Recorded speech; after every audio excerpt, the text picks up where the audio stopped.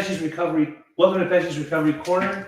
This is a recovery podcast. We are here today with my friend Pat O. Nice to see you, sir. Welcome to the corner. This is a recovery podcast. We speak about all things recovery or lack thereof, depending on how you roll. Wow.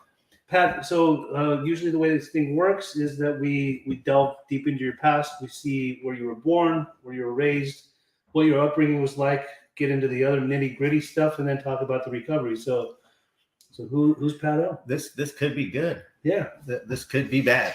It could be both. Yeah. The nitty-gritty might be a little weird. The nitty-gritty, yeah. Sure. It could get a little weird, Pej. A little bit with you, for sure. Yes. So tell me, where were you born and raised? Born and raised, Pat Ochoa. Born Mission Viejo, California at Mission Hospital. Oh, really? Yeah, right here in Mission Viejo. Okay. Right next to the Pej's Corner. And were you... Frozen. It's good. We're good. We're Okay. here, see? So tell me, growing up, only child, what was it like?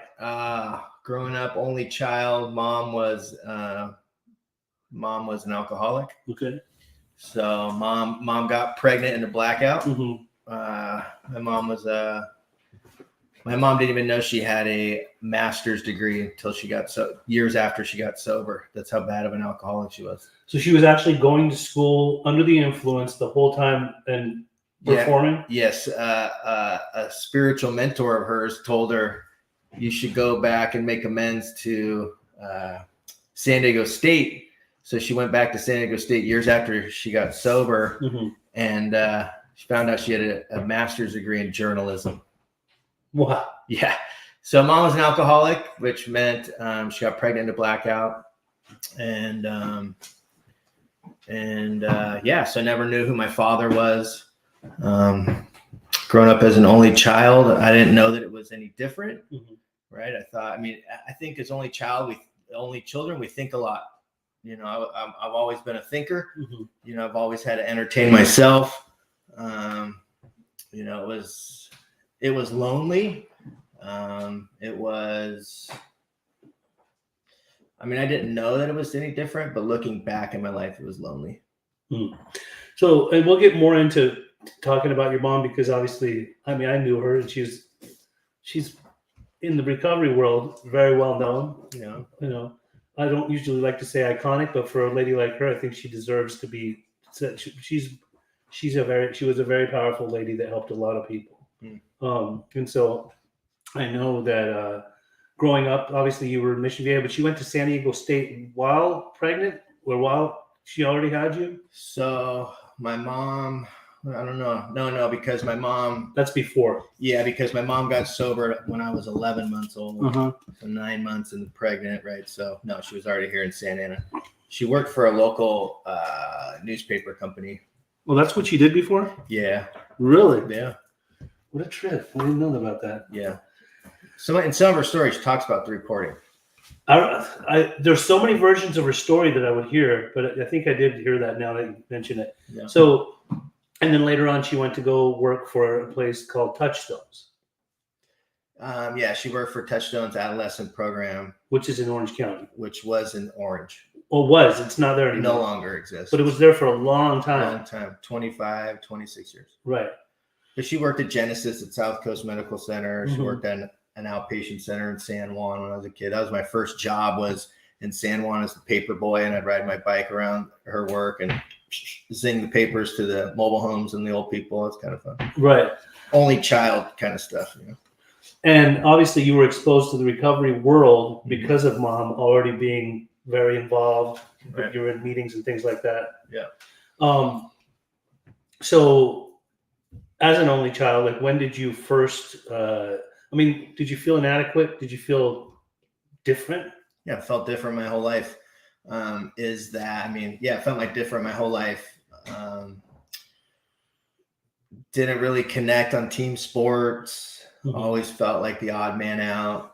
All my friends, my little group of friends, were big into skateboarding and surfing. You know, I surfed one time, hit my head. I was like, I'm not doing this again. You know what I mean? Just something about the sand and the beach, and it's dirty. And then my friends would skateboard, and I couldn't downhill standing up, and I would sit down, right? So I was always like fearful, like wouldn't take any risks, wouldn't push myself. If I had a little hangnail, a little broken nail, I'm like, I'm done. I'm not doing this anymore. Right. Yeah, it's always. And this emptiness was also there because of not knowing who your dad was. I mean, were you asking your mom at a young age, like, who's my dad? So I was always afraid to ask, like, where my dad was. I was always afraid, and I don't know if it was like afraid to get answers, if it was what it was, but I wouldn't ask. I had this idea that I think that adults should tell you, they should tell you what's going on. I would make up stories about my dad to my friends because I was embarrassed that, they had mom and dad and I only had a mom. I wouldn't bring kids over to my house when I was a kid because I didn't have a dad situation. So what would you say? Like, my dad, this and that, or pretend like you had one? One of the lies I would tell that came out years after I got sober was that my dad lived in South America and he had this huge piece of property, hundreds and hundreds of acres, and he raised just many different exotic animals, and then people were like, oh my God, your dad's so cool. And I was like, oh yeah, you got a cool dad, But nobody ever saw this dad. You know how people would always say, like, my dad will beat up your dad. Yeah. So I had to make up a dad. Of course. Yeah. All right. And so were you scholastic? Were you athletic? Any of that? Not athletic. No, not for sure. I'm a right fielder in the baseball team. So, I played soccer, but they ran too much. So I was over that sport, I got resentful at the team mom because she only gave me a quarter of a orange, you know what I mean? And the other kids got more. And I felt like it was because I wasn't good at sports, but not athletic. And educationally, I think I was more like interested in trying to, like, I learned as a little kid, like, if I can make you laugh, then you would like me. Right. So I was like a class clown. Okay. I would always, make fun of people. Today, I guess you would be called a bully, but I was a little guy. Right. So I wasn't like bully in the sense that I would threaten people, but I would pick on people a lot. And the easy target. And then I would get, Corey and Sean to laugh, and then I was like, in the game, if I felt connected. So I was at the principal's office a lot. Right. I was on, couldn't go to recess, had to sit there and, read a book, which I didn't do. But how was this affecting your mom? Was she upset? Was she trying to redirect you, or? So at elementary school, like, it wasn't really a big deal. Right. I had parent-teacher conferences and stuff like that, but it didn't really. There wasn't really anything my mom said then. Come junior high, I would get a lot of detentions and stuff like that. And my mom would, make up excuses for me. She'd say, well, he has a learning disability, and she would make up these lies they were lies because they didn't have anything diagnosed. And then I would pick up on those things and I would say, yeah, it's because of my ADHD, though I didn't take Ritalin or nothing. I mean, that would have been exciting. In 7th grade, Yeah. But, and then, so by the time I got to high school, my freshman year, I had enough Saturday schools and detentions to last the whole year when I was at Dana Hills and Dana Point. Right. And I ended up moving with a friend. My freshman year, my best friend at the time, his family moved to Grass Valley, California. And at that point, like, I wanted a family like system. It's just my mom. She was actively involved, work all the time in the recovery community. So she was never really home. And so I had a lot of freedom, and I felt like if I had a mom and dad family unit, then I would be successful, right? Because I wanted to do good, but I just couldn't do it. I felt like I was doing it on my own. This was like the 7th or 8th grade? 9th grade. 9th grade. So I got kicked out of Dana Hills, had no Saturday schools intentions to last the whole year, and then I went to Grass Valley. And his parents were very, I would say, strict. They weren't really strict. They just had expectations. Right. And then once you met the expectations, then you could go out. So every day after school, we'd have to come home, do our homework. We had to maintain like 4 A's and 2 B's average in your classes. And then we could, they bought us, they had motorcycles and all kinds of cool toys and things. So now you finally had a sense of family. Yes. And Yeah. with a sense of family and structure, Uh-huh. I got straight A's that year. And your mom was okay with you going to go? Yeah. My mom was like, "Yeah, you can go. If this is going to help you, why This is not? going to help you." Because I'm not available for you all the time. And I don't know if she didn't say that to me, but That's it would assume to be yes, so, right? yeah. So I ended up getting straight A's that year. right. But I was smoking a lot of weed that year. Oh, this is what I wanted to ask you. So how did you get turned on to anything? What was your first time of First using drink was something? 9. Okay. There were some kids, they were 14. Uh-huh. They had a bottle of tequila. Right.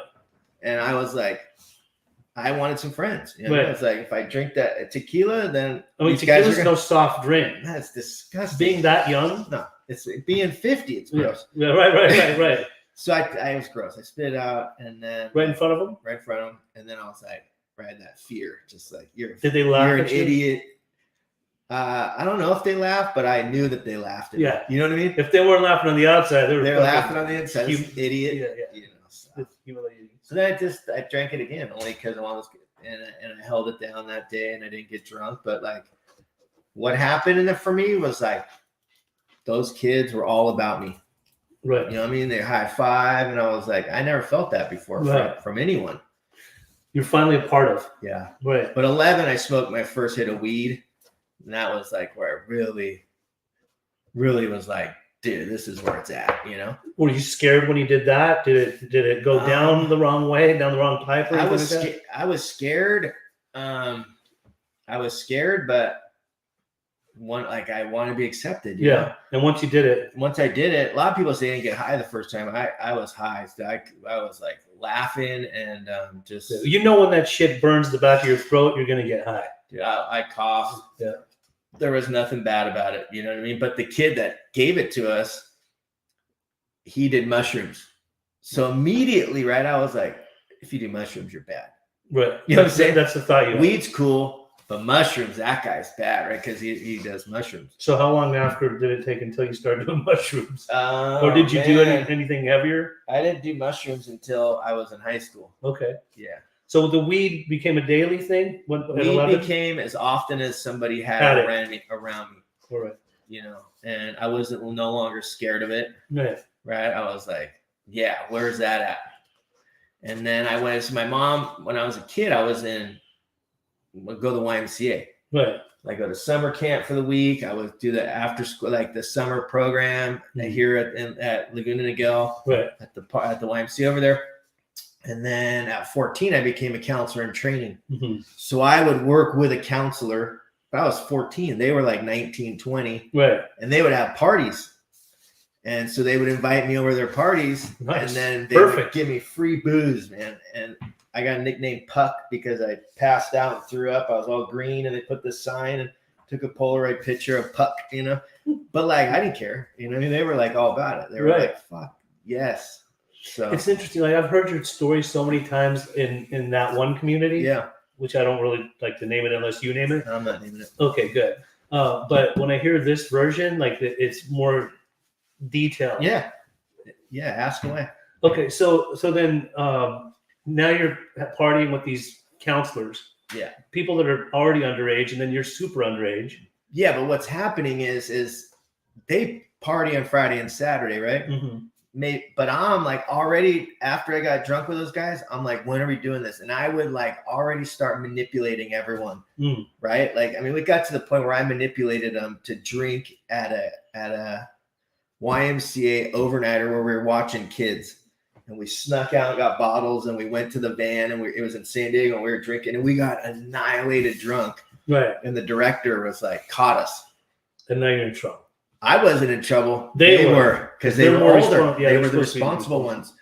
But I was already doing that early on. I was already masterminding to get alcohol and drugs. And at the time you were still living with that family, or no? I had moved, so I was only there my freshman year, and then I moved back my sophomore year. And to mom's. Yeah, my mom had moved in with her girlfriend Cindy. Part of the reason why part of the reason why I wanted to move was because when I was about 12 years old, my mom had a girlfriend. Now, my mom never had a conversation with me ever that she was lesbian. Mm-hmm. And when I was 12 years old, because she helped a lot of women, we had a lot of women around. Right. And so I just didn't think anything of it. I didn't know about gay or anything like that back then, except kids would call you gay, but and it was bad. Right. So this woman took me skiing, taught me how to go skiing, and she took me for like 5 days. And when we came back, and she used to watch me on the weekends all the time, and I came back, and I was probably a little attitude, and she smacked me. Your mom? No, this woman. The woman. And I was like 8th grade, into 8th grade, right before I moved to that family. And my mom ended up leaving that girl, that lady, and then I moved with that family, and I came back, and Cindy, my mom's girlfriend for, however 20 plus years. Yeah. She started coming into the picture, and I had an idea. And then when I moved, I came back, my mom and Cindy had bought a house in Mission Viejo. And they were in one room, and I was in other end at a different room. Right. And so there was some deep resentment starting to occur in my life at that point. When I came back, wanting a relationship with my mom, and then my mom was with this other woman, right?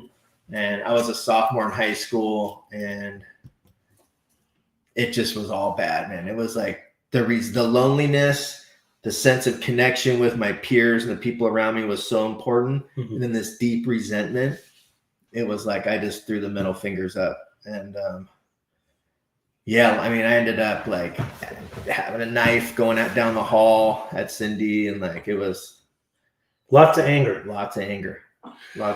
So at this point, how old were you at this time? Sophomore in high school, so 15-ish. NWA, Ice Cube started coming. You got to represent the hood. Dude, the size 50 Dickies, right. There's a lot of identity. It's like you don't know your identity, so you're trying to fit in with the music that we listened to and everything at the time. That's right. So hanging out with people, skate parks, people that are partying, things like that. I met a kid, my best friend in high school, Pat. I met Pat. With one T? Pat with one T, and I'm Pat with 2 T's. Yeah. Since the 6th grade. It's not how I originally spelled it. Okay, yeah, you added some. Yeah, I added some, And so I met Pat, and Pat lived in the same neighborhood as me, and he lived with his mom and dad, and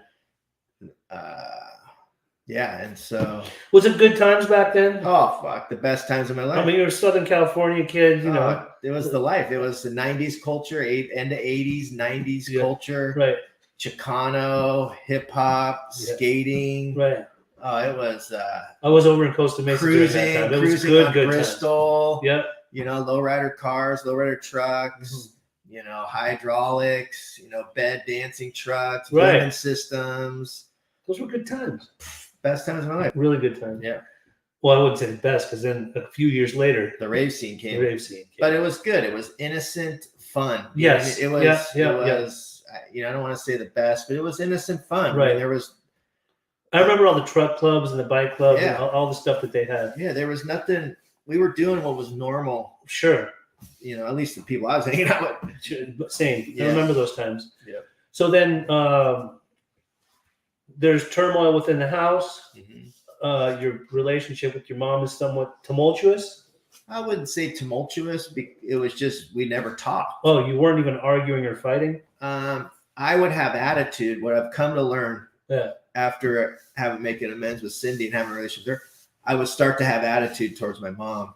Where one time me and my mom, I guess, wrestled my mom and wrestled down on the ground. And you can't remember that? I don't remember it. I don't have any recollection of it. Right. Just a story I've been told after. And, I just didn't care, man. I was like, I stopped going to school educationally. I mean, I sat in all my classes. Right. But I was there, for a girlfriend. I was there to collect, to get, money for beers after school. Just like 15, 16, 17. Yeah. I was started selling weed. I was a kid with LSD. I always had LSD. How were you getting LSD? Just friends at school at first. Yeah. There's a guy named Oatmeal. Did you know Oatmeal? I don't know if I know. Man, he would meet us at gas station, and he would pull up in a scooter, and he would open up a comic magazine, Right. just standing right there with everybody. And just a book You're of like, tabs. bro, you know, I'm about to buy 100 hits of acid, a Right. sheet of acid, you know what I mean, or 10 pack, and you just, here you go, like Dispense them. yeah, it was a trip. But like, you know, and yeah, I mean, it was frying an acid, cruising, you know, drinking every day, pretty much every day in high school, smoking weed every day in high school, eating mushrooms, eating LSD. My girlfriend, EO, she did speed when I was 16, and I was like, dude, we don't do speed. You know what I mean? Like, cocaine's cool, but we don't do speed. Yeah. It would sell cocaine for San Juan, for the cholos down in There was San lots Juan. of coke around A back lot then. of coke. But I was like, I looked down upon meth. You know what I mean? In the beginning, so did I. I actually tried meth. But when I was into coke, I tried meth. I'm like, this is too much. Yeah. But then later on, it totally changed. What happened for me was I was like, we don't do meth. You know, Yeah. we do coke. We don't do meth. It's Yeah. lower than Meth is dirty. Meth is a dirty drug for dirty And then drug she was addicts. like, just try it, Pat. Yeah.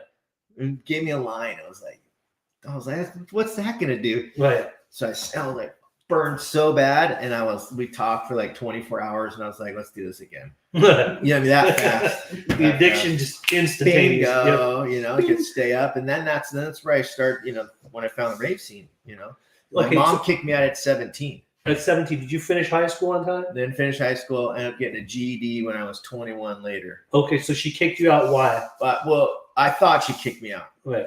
But I came home one night, you know, blacked out like I always am, you know. I mean, just train wreck, partying. And she told me, she's like, you can stay here and be sober or go out there and get loaded, but you need to make a choice. But I heard her tell me I was kicked out of the house. Okay. And I didn't know that that's what she told me until I got sober years after, when me and my mom were speaking together. Mm-hmm. Right. And I told my story and she told her story. And we got to see the different perspectives, right? Right. And she would always say hers was right because she was sober. Right. But that's the thing with perspective, is my perspective is all I know. Right? Yeah. And your perspective is all you know. You're absolutely. And you're right, and I'm right. This is so coincidental that you're bringing this up, Yes. because I was at a place speaking, and your mom was there, and my mom was there. Crazy. And after I was done telling my story, I went up and I told my mom, like, did you like it? And she said, there's a lot of things that aren't right about what you talked about. I'm like, what the hell? Seriously? I was there. I remember this shit. She's Exactly. like, no, that's different. Much different perspective. Yes. Right. And so that was the real resentment. Like, you're gonna kick me out. Like, you know what I mean? Like, now the guns are blazing. I didn't call her for a year and a half because I was gonna punish her. I punished her. Well, she kicked you out. Where'd you go? I went to Pat's house and my best friend, and he snuck me in his bedroom. Oh, you were secretly. I would have to sneak through his bedroom window. Yeah. And then my mom, that guy ended up she got me a Hornet. Mm-hmm. Got me a Hornet. I was 18 now. And then I traded it because Pat's mom and dad were like, you can't stay here anymore. And then I was living with EO, my girlfriend. That's right. I was living with EO, my girlfriend. Yeah. And then her dad picked her up and moved them to Austin. I had no idea. I went there one day, they were gone. So I traded the Hornet in for a 69 Chevy van. Traded it from a guy, and then I lived in my van. And at this time, I'm going to raves. At 17, I get kicked out. I went to my first rave. It was an after hours called What in South Central. Friday night, it was an after hours party in South Central Los Angeles. A white boy from Wasn't it off on MLK? Something like that. Yeah. And white boy from Orange County, and high on LSD, you know, drinking, and it was dark. It was scary, and I walked in, and I was met with so much love. People were like embraced, you know. Those were good times. Took me right up to the front. It was a huge wall of speakers, man. Yes. They were handing out free ecstasy and everyone was handing out acid and ecstasy pills and nitrous balloons. Right. And the bass and the rhythm, and everybody was jumping unison. Yeah. And I never felt more at home in my entire life. The community. That was a good era. Yeah. And I remember you and I, we've talked about this before. When I met you in sobriety, after we compared notes, we were probably in the same places, because a lot of the names, the flammable liquids, the what's, the coconut teasers, all those places, Soren's house. Yeah. You know, oh, yeah. You know what I mean? All Was these. that a house? his flat, if you will. Just spinning records. We were in the same Huntington Beach, right? All the different places that we were at, but I'm sure we probably were hanging out in the same room, but didn't really know who each other were. Right. But I do remember it was late 88, 89, where there was some stuff going on in Westwood. And it was those underground parties, like just the good ones, like where you had to know someone to be able to get there. You'd have to go to one spot. There was no internet or nothing like that. You go to one spot, somebody give you a piece of paper with an address, and you drive all the way to the valley. That's right. And then they give you another piece of paper, and then you go over to Pasadena. And then finally you end up back in Westwood, and then you get in there, and there's the speakers. All of the way it was set up, and it was illegal. It's illegal. Sometimes it was illegal. Sometimes it was in the club, right?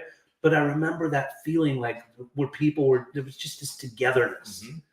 There wasn't people drinking. There was no bar fights. There was nothing like that. People were doing fucking ecstasy, acid, candy flipping, and it was all love. And loving one another. That's right. Yeah, it was all ego out the door, right? It was totally. And there was everybody. There was from what we called trans now, right? To Hispanic. I remember dancing. I had my eyes closed, and I remember opening my eyes, and there was a cholo, straight up Pendleton, one button, just orale, you know what I mean? Yeah. And then there was like two gay guys here and hot girl here, and just like Persian and everybody, all types together, and there was no color lines, right? There was no sexual identity lines. There was everybody was in it together, right? And all of my problems, homeless, no mom, no dad. And I walked in there and all that was left out the door as it wasn't even reality. Mm-hmm. And this became my reality and my identity and my people and my tribe. Right. And it was like the next one to the next one to the next one to the next one. And I don't want to say that it was definitely a peak because we were going to Seattle, Portland, Oregon. So wait, San you were living Francisco. out of your van and cruising around? Cruising around, and and it was like all these states and cities, and just meeting new Carrie just wrote plur and that's right, and tribes, right, different tribes, and it was the peak. It was that point, man, when it was like it couldn't get any better.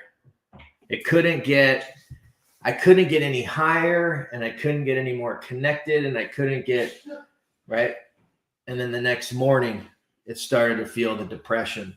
Because of the type of drugs that you were doing, or because of life? I think it was to be honest with you, it was the drugs, because my life wasn't getting any worse. Right. I was living on my van. I was selling drugs to make money. We were going from here to there. Definitely the ecstasy will deplete the serotonin in your spine. And you start to get depressed. You start getting depressed. Usually the next day is the come down day, but it's the following day where you're like in full on suicidal ideation mode. And why am I doing this? We would pull in Sunday morning, and pull in the house and couldn't wait till 10 a.m. for the nitrous for the speed shop to open. Right. And we'd haul to Santa Ana, drop the tank off, drinking beers, right? Yeah. Drop the tank off, call for the Heroin Connect, right? And this is where it started getting dark, right? Because then the heroin, we'd wait. The Heroin Connect would come in Santa Ana. An hour later, pick up the tank, and then we would suck nitrous all the way from Santa Ana back to Huntington. Mm-hmm. One time, my car ran out of gas. My truck. I had no concept that I even had gas in the car. It was so high on nitrous oxide. Right. Where my friend got out with 2 balloons trying to wave cars down as I'm filling 2 balloons so that I can start waving cars and he could fill.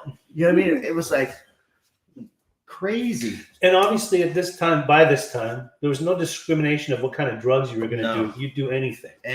Ketamine. I did one time. I was high. I was candy flipping. Yeah. So I was on ecstasy. I was on LSD going into the party, drinking, right? Did some meth. Did a couple bumps of ketamine. Mm-hmm. I walk into the bathroom and these cholos are smoking a joint. And they're like, "Yeah, you want some, Holmes?" I'm like, "Yeah." Took a big hit. Things started going. And they're like, "Take another one." Took another one, bro. Sherm? It was Sherm, right? Yeah. And I felt like my feet were like freaking like cement blocks. I was like, And then all of a sudden I'm in the middle of the warehouse and it's just like, whoa, and no care in the world what you're putting in your body, and then, Yeah, no care where you're at, no care for nothing. Next morning you start feeling depressed, and then you got to do more to not feel depressed. And how long were you on this journey? I mean, were you not talking to your mom at all during this time? So my relationship with my mom was only if I needed money, really. You know, And she'd send it? She'd send it, man. She'd wire me $150 probably every week for 8 years. So you were doing this lifestyle for 8 years? I would be in Orange County, 10 miles from where she is. And I would tell her I was in San Francisco because that's where she thought I was living. But I'd already come down to Orange County. Then she would get a call that I was back in jail, hey, I'm back in jail. And she would come see me and she'd be like, dude, what are you doing? You know, like, and I'm like, okay, this time I'm going to get sober. I'm going to get out of jail. Things are going to be different. I promise, Mom. So talk of sobriety was already coming up sometimes. Yeah, it was coming up. Because that was her expectation of you in the first place, that if you stay in this house, you got to be sober. But if you want to go out and do what you're doing. And I could pull it together. Yeah. You know, I went to San, when I was 21, I went to San Francisco. I'm not going to drink. Nothing, man. And I got this apartment. They helped me get an apartment. And it was in the Tenderloin. You know what I'm saying? Well, we didn't know that in it. But anyway, so and I'm making like 60 days, right? And I'm like, all of a sudden, I'm like, dude, you deserve a beer. You were trying to stay sober. At periods of time, I could pull it together. Yeah. Because I knew, like, you can't do acid and go to work. Absolutely not. Yeah. But I had become a counselor at camp. Mm-hmm. I had become a director at YMCA camp. I was running a whole boys side of camp. Mm-hmm. And I was drinking and doing drugs. And that was when it was working. You know, that's when there was no consequences. Sure. Though I got kicked out of the house, but there was no like. It just hadn't caught up to you yet. Yeah, it hadn't caught up to me yet. Yeah. And where it caught up to me was when I was working in San Francisco. I got in a job because I could pull it together and I could turn it on and I could get work, but I couldn't maintain it, right? And I was sober and I had a bright idea and I called the Connect and he brought me heroin to the elementary school I was the assistant director at. What a drug to do with like psychedelics and things floating around like heroin. Yeah, that's when it does get dark. That's the darkest. I mean, that's your days are done. For think sure. about all the musicians that die. You know, heroin overdose. Now fentanyl, but you know, so like I can nod out in the bathroom of elementary school, and the director found me there. She's like, "Dude, you're fired, dude." You know what I mean? And that's like that was 25, man, and that was a turning point. Because it was like the only good thing that in my life, right? It was like the only good thing where I could pull it together and get it was gone, right? It was like so much shame that I put elementary school kids in harm, right? Kid could have found me with a needle in my arm for overdose. I mean, a lot of things. And that's when I called Mom. I was like, I need to go to treatment, you know? And you're 25 at that time. 25. Went to treatment. For how long? Good old treatment. 28 days. Betty Ford. The good old BF. The good old days. Betty Ford, 28-day medical model. Right. You know, with no education. I had gotten a GED when I was 21, man. I was terrified of what other people thought of me. I had no education. And when you come at someone like me with that medical model, it's just a lot of big words. Right. It's a lot of like, but I'm a people pleaser, man. And I just, and I play the game. So you didn't, when you got out of there after 28 days, then what? I wasn't going to do drugs. You've been convinced of that. Convinced drugs were definitely a problem, right? Because heroin is what brought me to treatment. Okay. Not the fact that I've been drinking since I was 12 to 14 when I started drinking every day. But that's not your problem. No. It's the drugs. Alcohol. Yeah. It's the drugs. Okay. So then you got out, and how long after did you drink? Well, I was going to sober living in Hawaii because my girlfriend I met in treatment. Well, you met a girl in treatment. Oh, yes. We were fun. We were in Lovely. love. We were in love. Dude, you know, in love. Match made in heaven. Yeah, we never talked. We fell in love writing notes. Oh, yes. It was the eyes. It was the eyes. I just got to have conversations. It's like that lady right there. I was like, oh, you know, I fell right in. Perfect. Snake charmer. You're right. All right. Well, anyways, but yeah, so she wanted to go to Hawaii. I said, okay. And I got on the plane and I went to a couple clubs, like house clubs, sober, grinding, like, I'm not going to drink. I'm going to do this shit. And it wasn't any fun trying to like white knuckle it. Yeah. And I got on the plane and the flight attendant was like, hey, do you want something to drink? And I was like, wow, yeah, Heineken. Like, no thought. You're going to sober living to be with your sober girlfriend, to live this Have sober a little life. brewski before you go. Just like that. Right. Heineken. How many did you have on the plane? I don't know, 12 or 13. On the plane, they allowed you. Yeah. And then you Kept got that. drinking. Did you go to sober living when you got there? Well, I got off the plane and I was like, I don't think so. I don't think so. Would you go to Duke's? I went to the bar. I went to the bar and I ordered more beer, and then like I wasn't gonna do heroin, but ice. I never did ice before. Did meth. That's what was in Hawaii. Did meth. It was ice. Yeah, it was crack. It was cracking, dude. It was. I had been smoking crack too. We didn't talk about the crack stories, but like I was at this club and this lady's like, "Hey, you want to do bump ice?" And I was like, "Yeah." Forgot that I said I wasn't going to do drugs. Yeah. You know what I mean, I was like, "Yeah." You're in Hawaii. Come on, man. And this girl, I forgot about my girlfriend, but this other girl. Ah. I was like, "Yeah," did some ice, and I was like, "Whoa, bro, this is like the real deal. This is the real deal." And then, I just was homeless in Hawaii, and the girlfriend from treatment never came. And she ended up overdosing and dying, and I never saw her again. But yes, disease is horrible. You were homeless there for how long? A few months, and then I got mom. Mom started to get some support around enabling me. Mm-hmm. So she stopped sending. She was getting educated. She was getting educated, and that money stopped coming. And right. That sucked. I don't think I have a drinking or drug. I got a money problem. Right. If I had enough money in the world, would I have stopped? I don't know. Mm-hmm. But the money stopped coming, and then I got a plane ticket back to LA, and then went straight to Skid Row. Not on purpose. Not on purpose. I came to LA, and I would go to West Hollywood, and I'd flirt with men to get enough alcohol and drugs in my body. And I don't know where I picked that idea up from, but I think the drugs will sometimes change your thought process. Meth might do that too. I mean, I remember I've seen it done with cocaine too. We pulled by the first. So I was like a walker. I'd walk a lot. Right. And at this time, I would pick flowers from people's gardens, and I'd make these flower bouquets. I was tweaking. Right. And we would do some other things. I don't want to talk about on the live thing. It might come back and get me, but things to do that. Anyway, so on the computer and stuff, Right. But I would, I was hanging out with this beautiful woman. Well, she was birthed a man, but she was a beautiful woman. And I came out, we went by that. Convincing, huh? Very convincing. We went, and I knew she was a man. You know what I mean? We were friends. Right. We were friends. I mean, there's no sexual, nothing. And, the powerhouse that's on La Brea and Hollywood. Mm-hmm. We went by there yesterday, and I remember coming out of a blackout, making out with my friend. And that was like, it started getting weird at that point. Right. It started the sexual deviance started to shift. She was like, "You can get free booze and drugs," and so I just kind of followed her lead and would get us stuff. And a lot of times, like, I could pull it off, you know what I mean? But sometimes I would overshoot the mark, and, I started to get sexually assaulted at this time in my life. I started to put myself into high-risk situations for methamphetamine and crack cocaine. I hadn't done heroin yet because I didn't want to have to kick. Right. You knew. I knew it was coming. And so I started running around Hollywood,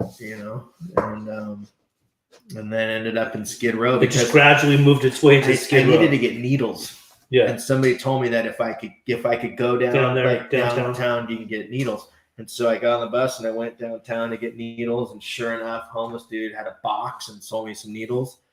And I was like, "Hey, can you, get some crack cocaine?" He's like, "Yeah." So went a couple more blocks, went into a cardboard box in a tent, and went in there and bought some crack. And the guy gave me a pipe, fired it up, man. And I don't think I left that tent for a while, and just get, crack cocaine and meth, and it would just bounce from West Hollywood to Skid Row and just bounce back and forth. And I called an ex-girlfriend of mine who lived in Long Beach. Where were you staying at this time? On the streets. Not the van anymore. No, the van was long gone. Way gone. That van was gone. And when you say on the streets, was it in a tent on the street itself, motels, So people's I would houses? party in a tent, and I would party in a at this time in my I would party in a tent or a cardboard box ish area, Mm-hmm. and then my goal would be to do enough drugs to walk at night because I was so scared of falling asleep at nighttime. Mm-hmm. And then I would find somewhere, a park, a grass nook, somewhere where I could sleep during, if I was going to fall asleep, sleep during the day because it was safer for me. Mm-hmm. And it basically just sleep wherever I could, Sometimes I like to go on the trains, right, and fall asleep on the train. A little more comfortable than a bus. Well, and it was safer, yeah. And you could just fall asleep and you just wake up and Let's come go for a to. ride. Oh, wow, I'm on this part of town. How did I end up in Long Beach? But what would suck was when you're doing heroin mm-hmm. and your connects all the way across town, you come to dope sick. That would suck. Worst. That sucks. So, and so I just that's kind of like the end of the end. Really was like just the 12th sexual assault 3 days before I got sober. Sober for good. Yeah, I got sober on the 23rd, 2002 of October. Mm-hmm. On the 20th, when I came to, it's like for the 12th time, and I was like, I hated. I was like, I can't do this anymore. 27 years old at the time. 27, couldn't do it anymore, man. I was like, I'm done. Right, I'm done. And that inner thought, right, that was like, pint of tequila will make everything all right. I'm done. I'm telling myself, you're done. Like I did in that, I surrendered. And then that thought, man, and I was at the liquor store and it was 5:30 in the morning and it was terrible. It was like just madness, man. The demons and the voices were so loud. Like just, talking about anxiety. I'm talking about like vibrating literally out of my skin, like just fucking screaming. Yeah. And it was 5:30 in the morning and 30 minutes of just terror. And then that liquor store opened. I got that pint of tequila and that first gulp, man, all of a sudden, right? It was like that fierce determination came back. Mm-hmm. And this time I was going to get a job. And this time I was going to go to school. And this time I was going to do all it, right? And I started making the planning. The plan. Yeah. And I meant the plan. I knew I was going to do the plan. Right. But that first drink told me to take the second drink. I took that second drink and then I blacked out for 3 days. And then when I came to 3 days later, I was trying to get in the Salvation Army program, and here in Anaheim, and I was told that I was on the stairs for 2 days fighting to get in. They're like, you have to pee clean, and I couldn't. Well, you couldn't even remember being on those stairs? No, I couldn't pee clean, and so. I came to on Ball and Harbor. There's it's a motel right behind that mobile gas station. Mm-hmm. And I came to and I was like, that's it. And I called my mom and I was like, I need help. Like, I can't do this anymore. And she didn't come help me, man. She's like, I'm done helping you. Now she was armed with facts. She was armed with it all. Yeah. But changed my life, man. She sent 2 goofy dudes to pick me up and my life changed that day. And I believe my surrender happened because how many times did I say I'm done? Right. How many times did I say this time? Right. How many times? And the surrender for me was I asked for help and then I took the first direction, which was get in the car. And they took you to detox, but not a regular treatment center. Not let me have your insurance card detox. Yes. Yeah, it was a house and as Earl would say, ride the cot, right? Yeah. It's dry out. Dude, it dry out, bro. It was effing brutal. There's no comfort meds in this process. No mat going on. Yeah. No Suboxone. No, not even some GABAs, Nothing allowed. Not even nauseous medicine. Right. There's no meds allowed. Here's some Pepto-Bismol. Right. That might help. You know what I mean? So you went through the indigent home where sometimes people seize up and they just call 911. Otherwise, you just have to write it out. I remember me and this guy went there. We got there the same day, man. And that guy that dropped me off there, man, he talked about alcoholism and addiction in a way that I could hear it, dude. I mean, I heard it loud and clear. Mm-hmm. I couldn't deny that I did not, like, there was not one drug or alcohol that was going to make it any better. Like, I admitted to better myself, and he was just talking to me all the time. And he was big about your thinking is your problem. Mm-hmm. Drugs and alcohol aren't the problem. Your thinking is the problem. Right. And I'm glad, I'm grateful for that guy.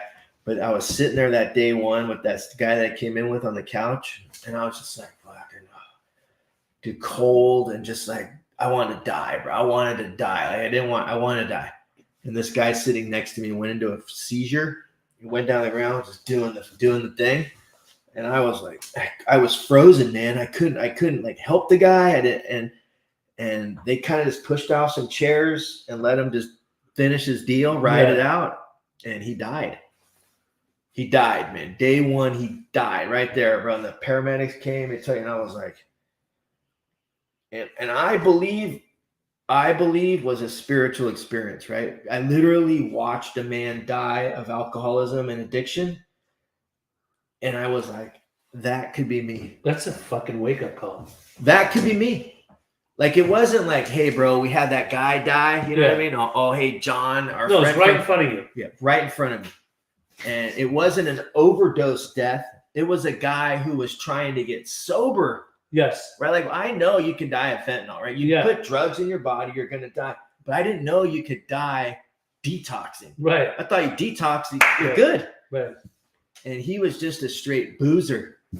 He was just alcohol. And that's what a lot of people don't know, that if you're not medically detoxed from, benzodiazepines or alcohol, you can seize up and you can die. And that's what happened. And he died. And I was like, dude, if I like that's me.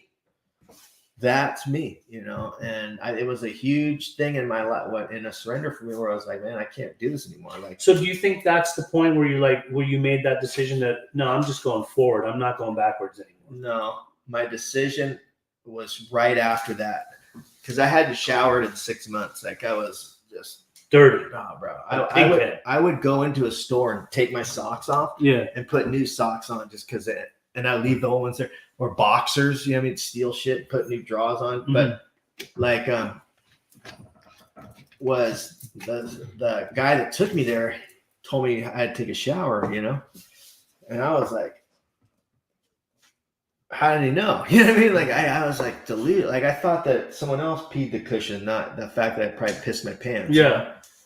And I went and I had trusted that guy to take his direction. And I went to den, and I was like, I couldn't get in the water, couldn't get in. I turned the water on, I couldn't get in the shower. I was terrified. I was just on the ground. I was just crying, man, just like fucking so broken. And that guy came in and he wrapped his arms around me and he hugged me down there. And I just remember him like just rubbing me, just holding me, just telling me it was gonna be okay. Like, you're gonna be okay, man.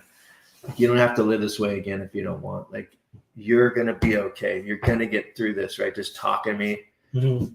And I never felt love like that. We go back to like the very, very beginning where we talked about like being an only child, right? Not meeting my dad. Like, I didn't experience affection. Like, experience it. Sure, people gave it to me. I'm not like, but experience it like I did in that moment. And something inside of me, I remember looking at him, dude, and he was like, I love you.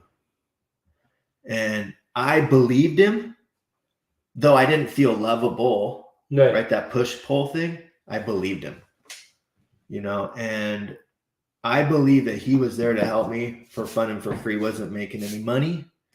He truly cared, genuinely cared. Yeah. Like, unconditionally. Mm-hmm. And that guy literally picked me up and walked me in the shower and fucking washed me down with a washcloth and soap. And I was 100% broken. And I literally believe like that was the point where I was like, I'm going to do what this guy tells me to do. That's the turning point. And I think a lot of times what I see is that we miss that unconditional love mark.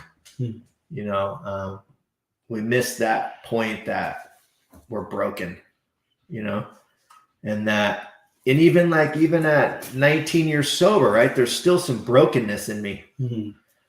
right? That's where the work continues to happen. There's still some brokenness in me, even with a guy that I work with that's 5 years sober, right? And he's acting out. He's doing behaviors that may not align with my moral compass. Do I have compassion for him? Right? He had compassion for the brokenness. Right. Right. And that compassion, that unconditional love allowed me to trust him, right? So that I could start to begin to take direction. And he started telling me to do things, man. And coming from no dad, sexually assaulted 12 times by men, like I had if you would have bet on it, you would have bet against it. Right. And that unconditional love and that compassion for another human being changed my life. Because that's what we need, man. Yeah. We need it. It's what we've searched for our whole lives is we need that unconditional love and compassion. And we found it in drugs and alcohol. And you remove that and now we're broken. You know, and in that moment, man, I was like, looking back, I didn't know at the time. In that moment, man, things changed and I started following that guy. And my life changed. I mean, it's like,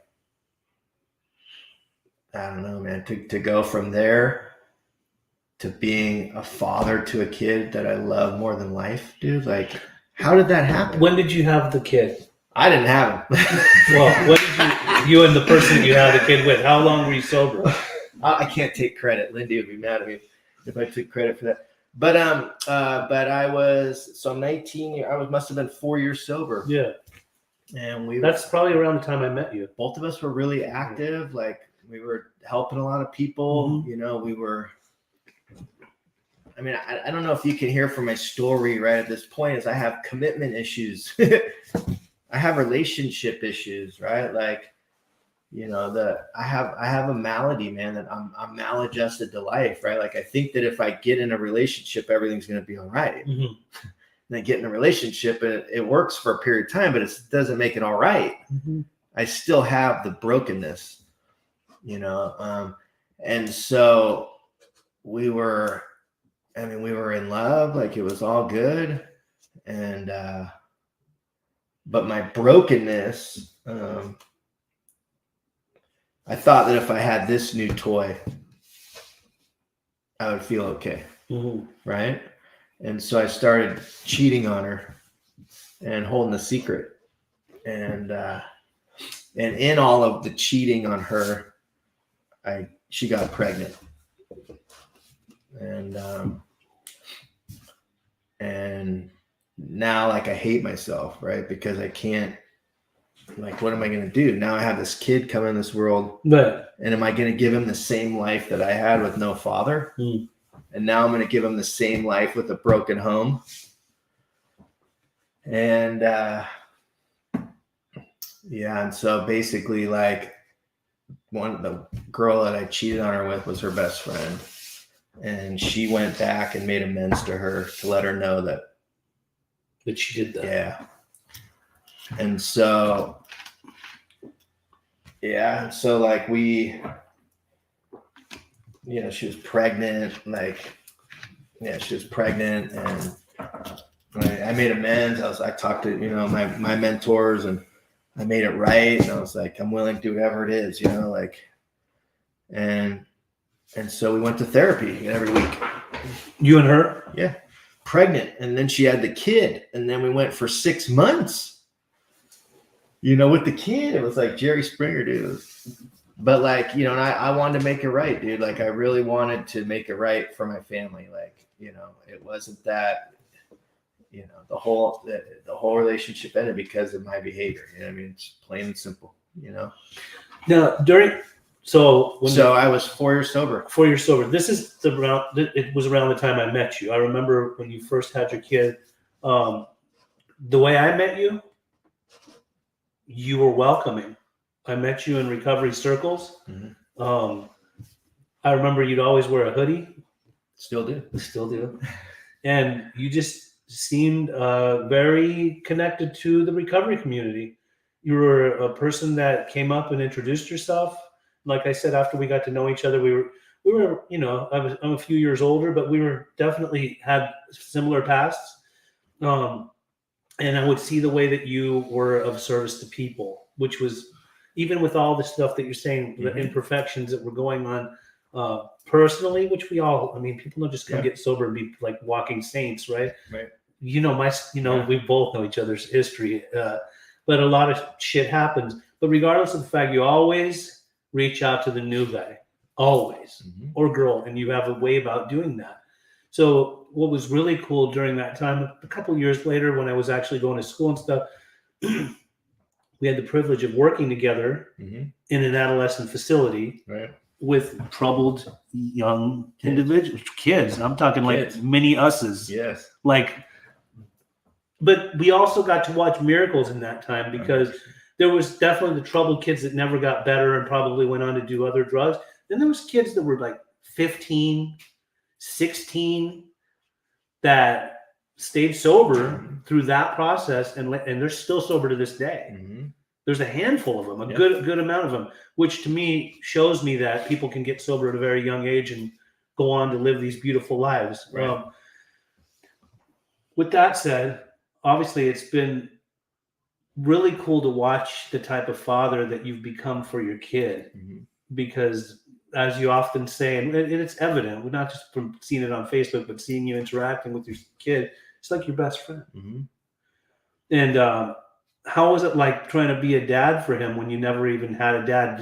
Was it like, you know how to do recovery well, but when it comes to dad skills, this is something that you probably have to acquire, like the skills over a period of time. It's interesting because I was terrified. Right. When she was pregnant, I was terrified. Like, how am I going to be a dad? Like, I don't have like the skills. Like, I don't know how to be a dad. Now I knew everything I wanted my dad to be for me. I knew that. Right. So I knew that what I wanted, I was going to give him. And I would try to read all these books, right? Like how to be a dad, you know, what to experience. And right here, remember, it's Barnes and Nobles. Right. Is it still there? It's still there. Okay. Barnes and Nobles. I was there looking for books, you know what I mean? And I ended up buying like something else, not a dad book. Right. And I was in line, and there, you know, they try to hustle you with those other things at the end. Yeah. And there's a little book. It said something about being a dad. And so I picked it up and I opened it, and the introduction, very first sheet, it said, your innate ability to be a parent will kick in at birth. No reason to read this book. And so I closed it, put it down, and I believed it. That book didn't sell much. Well, maybe they didn't read that part. Right. But I believed it inside. Right. And I think it's about, for me, and I never really thought about this till right now, is I believe that once it's a belief for me, it becomes the truth, right? So you learn as you go? Well, I just believed it, that your innate ability to be a father will kick in. Right. And when I was at the hospital and my son was born, I looked right into the eyes of God. Now, I didn't believe in God at that time. But in that moment, right, it was like, this was the most precious thing ever in my entire life. I remember holding him, right? And it was like, it was natural. It was just like, but I believe that it was natural because it was a belief that I had. Though I was afraid, I now have a belief that my innate ability will kick in. If I live in fear without a belief, then it's just fear. Fear, boom, I grabbed it and I was terrified, right? They say, who wants to clean the first, do the first diaper, the first poop's like tar? I was like, I do. And I was like, whoa, who said that? I don't really want to do that. And I did the deal, right? And I did the deal. And they said, circumcise. You go, Dad, go watch a circumcision. And I was like, dude, hell no, I don't want to watch that. But they said, you got to do it. And so I fell asleep and I missed the appointment. And I was mad that I missed the appointment. Right. So the love for this child started without my consent, so to speak. Right. And I remember we drove home. He was born here in Laguna Beach at the hospital. And we lived right down here by Target, on the other side of Target. Dude, I drove like 15 miles an hour with him in the car because I was so scared to get in an accident with this little creature. Right. And, you know, we made a decision that I was going to take care of him. She worked full time. I was going to school to get my KDAC. Well, at the time I was going to be a therapist, but when he was born, I changed it to my KDAC so I could work. And I got to hang out with him every day, infant. And I just fell in love with him. I mean, it's like, I didn't know that I had the ability to love another human being on that level. I had no idea. Like, I didn't, like, it's physical change, obviously, in your life. You can't do the things you want to do. Like, I got to see how selfish I really was because I wanted to go out and I had to stay with the kid, you know, and I got to really do a lot of internal spiritual work. You know, and so, but spiritually, the change happens. I got more closer to God. I didn't want him to hurt. I wanted to protect him. All these things naturally started to occur in my life internally. And, yeah, I remember he would cry and I didn't know how to be a dad. I would call people and he had the hiccups and they would tell me, you just wait. And one time I put him on my head. He didn't cry there. And so I cruise around all the time because I don't want him to cry. And I stood up one day and I was on and I lifted him on my head and I put his head in a ceiling fan. It was spinning. Spinning. Hit the kid. Bam, bam. And a guy that I work with was right there and he grabbed my kid and I got on my knees and I was like, God, I don't believe that you exist, but I don't know what the fuck to do, you know? And all of a sudden I was like, hey, you should call the doctor. That'd be great. And I called the doctor and nothing happened to him, but I came to like believe that I cared more about him, right? Another human being than I cared about myself. So there's like a shift internally in me started happening. You know, and like I've always been welcoming, like you said, to welcome new people and bring them in. And I learned that through the recovery community. But I think that I always had that. You did, right? Since I was a kid, like, you know, I want to welcome the person that's in the corner. Yeah, the one that does. Nobody will talk to, and they won't talk to nobody. They're not going to talk to nobody. That's right. You know, the one that's dying inside. This is probably one of the longest talks that we've had on this particular show, but it's been the most interesting. Yeah. Not just because you are who you are and how long we've known each other, but it's powerful. And there's one thing I do want to top it off with that I want to talk about, if you don't mind. So obviously you're a fucking miracle, because most of the people that are living down on Skid Row or have resorted to that type of lifestyle become kind of like mutants. They're just zombified and shot out, and they don't ever really come back from the gates of hell. So for you to turn it around and go through all your experiences and get to this point where you're this father, you mentioned a couple times, I didn't believe in God. Do you mind talking about, and I know in recovery, there's a lot of people that get hung up on the God idea. They think like, you know, it's like another religious church. They all want to believe in God. And there's people that are atheists and agnostics that I've seen, that you've seen in recovery long-term. So what was your turning point, the shift in perception where you speak of God, you said you looked into your kid's eyes and see the eyes of God. What is it that happened to you where you actually started to believe? It's kind of a long process of a story, but I think that I always, looking back, like I knew there was something, whether it's energy. I never really got down with religion. Right. I just, the hypocrisy and, you know, my mom was gay, you know, and automatically, like, you know, so, and I couldn't get behind it, you know, I couldn't get behind wiping out millions of people, taking their land, California. Yeah. Right. We took the land of natives, right, in the name of religion. And I can't get behind that kind of stuff, you know? Right. And, but I knew there was something, right? But I just couldn't, I always felt in tune to something greater than energetically, right? House music, the music. So I got sober, and I was given a prayer that was, God, I don't believe that you exist, but this old guy tells me that I should pray, and so I prayed. Right. I've done what they told me to do in the recovery community because I believed them. And for me, and I think what I'm just speak for myself, not what I believe, but is that I put everything in front of my relationship with God. Work, school, relationships. If I only have that, then I'll be okay on the inside. Gambling, switch addictions. We talk cross addictions and relationship stuff. And for me, living in those character defects, living in the 7 deadly sins, if we look at it from a religious standpoint, living within lust and gluttony and greed and all these things, right, come first, which is a priority in order for me to live within this world. If I want to be rich, if I want to be financially secure, then I need more money, right? And so I put all this stuff, and for me, lust was the big one, man. It was the, I touched on a little bit, and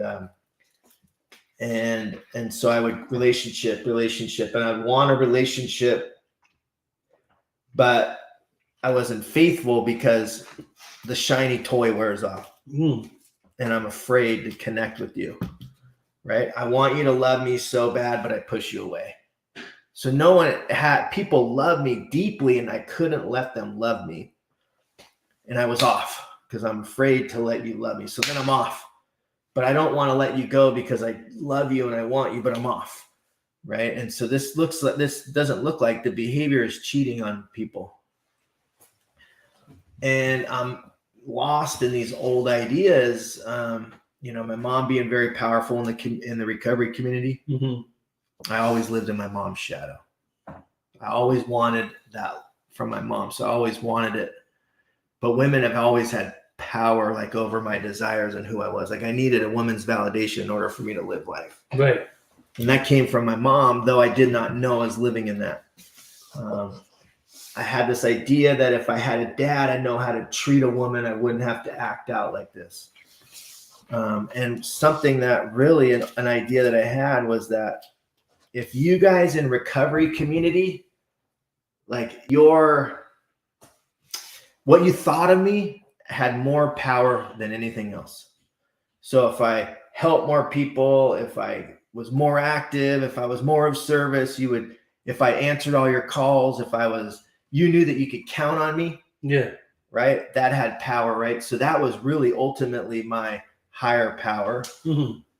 And so one more relationship broke because of my behavior, and I was going to kill myself because that's the only solution left in my life. And how long were you sober? 8 years. 8 years. Drinking and drugs aren't my problem, or they're not. They are my problem, right? But my thinking is my problem, and my thinking drives me in all these negative behaviors. My thinking drives me that I don't need a God because I'm powerful in my thinking, right? The disease of the mind.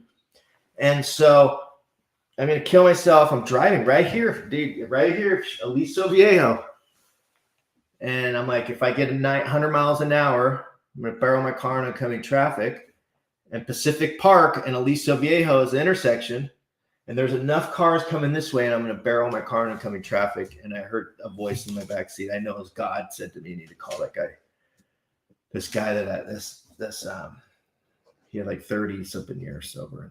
I called him. And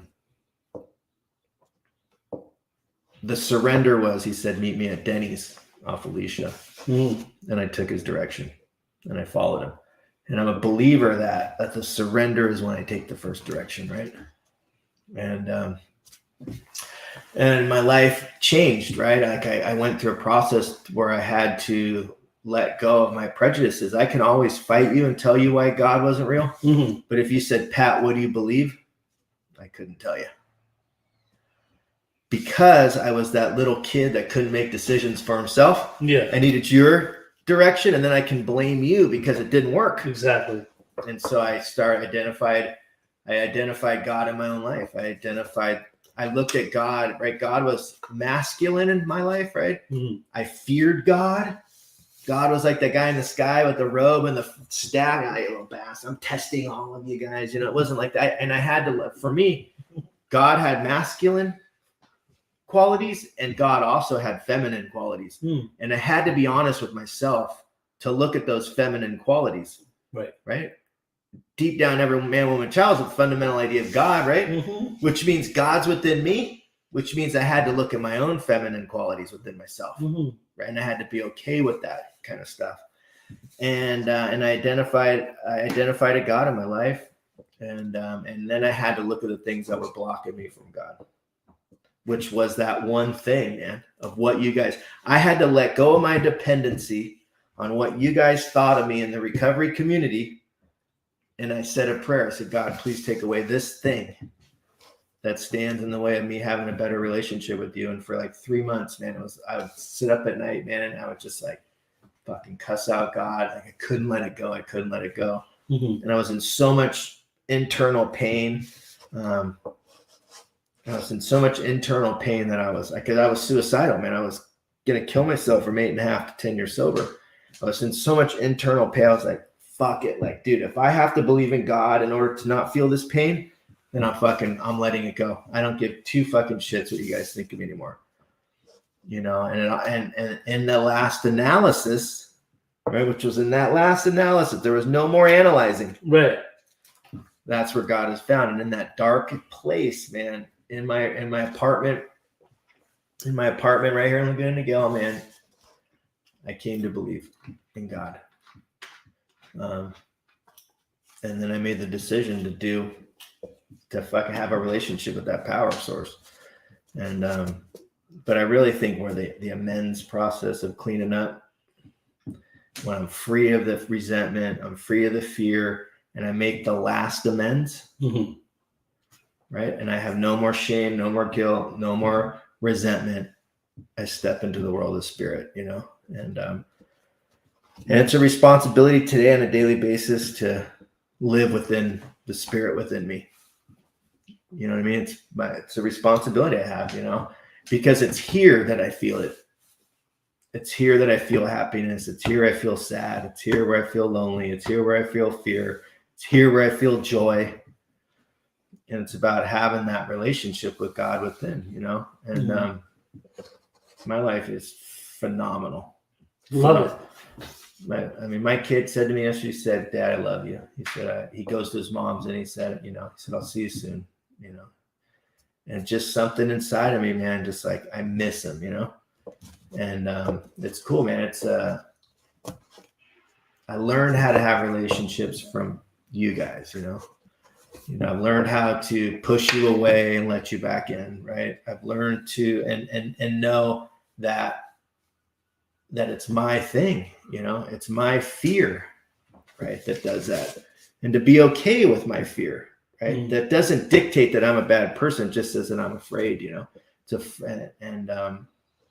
and that you guys continue to love me unconditionally, which allows me to learn how to love people unconditionally, right? And that's a gift, you know, though we have turmoil and have struggles, right? We give each other a gift of some sort, you know, and I'm grateful for the gifts that you guys continue to give me, you know. So Powerful. Thanks. How good it was to have you come out today. Thank you, sir. After this, we go eat. Yeah. Let's look at a couple of comments here. I think there was a lot of people that tuned in today. We had Nima. So many. We'll go back over and look at them later on. But yeah, I mean, this is awesome. Oh, you could put them up on the thing? Yeah. Oh, that's cool. Yeah, I mean, this is awesome. I appreciate you coming out today. We had a couple of the homies sitting in here too that came out here from, what is it, Kentucky? Louisville or Louisville? Louisville. Appreciate you guys coming out too. Much love to everybody that tuned in. It was a great podcast. Thank Truly, you, sir. we went deep today. Thanks. Appreciate you. Thank you all for tuning in. Much love. Bye.